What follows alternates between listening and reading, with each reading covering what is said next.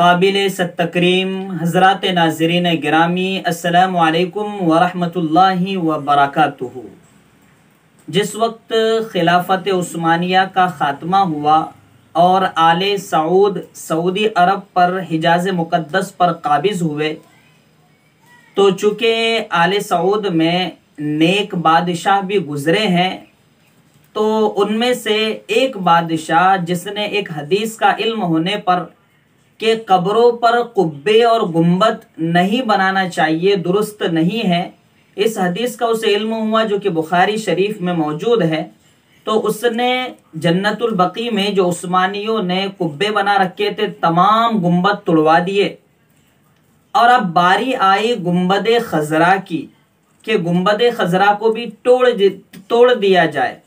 لیکن کچھ علماء نے انہیں مشورہ دیا کہ دیکھیں، گنبد خضرا کا جو معاملہ ہے یہ پوری امت کے دلوں سے جڑا ہوا معاملہ ہے، اس لیے اس سے پہلے کہ ہم جلدی سے پیش رفت کر دیں، مشورہ کر لینا چاہیے، علماء سے رائے لے لینی چاہیے۔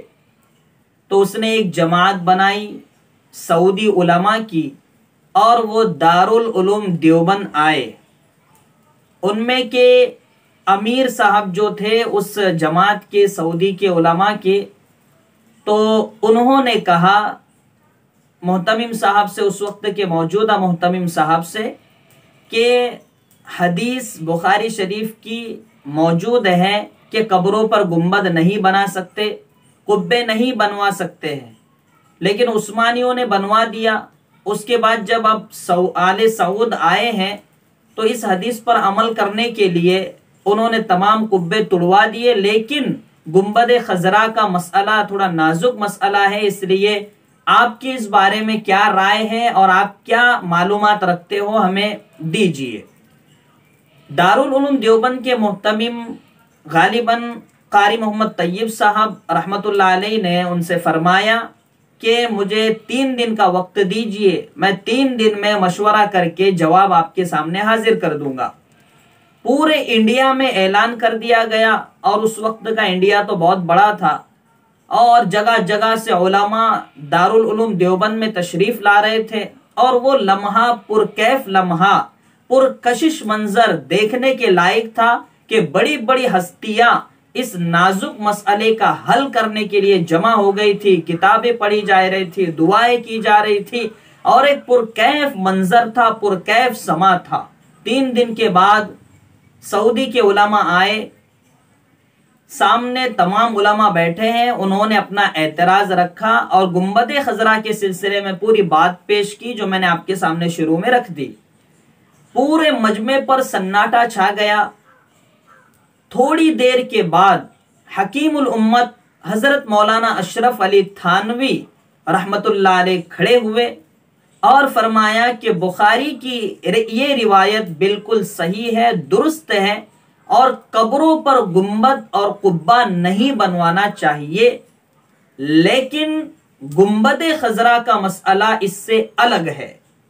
سعودی کے علماء حیران کہ ایک طرف تو آپ کہہ رہے ہو حدیث صحیح ہے، اور دوسری طرف آپ کہہ رہے ہو کہ گنبد خضرا جو ایک قبہ ہے، گنبد ہے، اسے نہیں توڑ سکتے۔ ان دونوں چیزوں میں تو ٹکراؤ ہے، اس پر کیسے عمل کیا جائے گا؟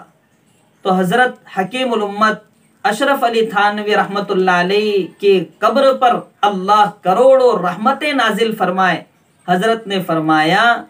کہ یہ حدیث اس وقت ہے جب قبر بنائی جائے اور اس کے بعد عمارت تعمیر کی جائے، لیکن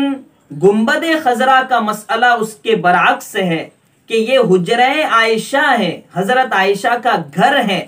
اور یہ پہلے ہی سے موجود ہے۔ اس کے بعد اللہ کے رسول کا جب وصال ہوا تو اللہ کے رسول کو یہاں مدفون کیا گیا، تو اس کے بعد تو گھر پہلے بنا ہے اور اللہ کے رسول بعد میں یہاں مدفون کیے گئے ہیں، اس لیے اس کا مسئلہ اور حدیث کا مسئلہ بالکل الگ الگ ہے، اس لیے گنبد خضرا کو نہیں توڑا جا سکتا۔ سبحان اللہ، کیا تھے میرے اکابرین، اور کیا تھی ان کی نظریں، اور کیا اللہ ان پر علم کے دروازے کھول دیا کرتا تھا۔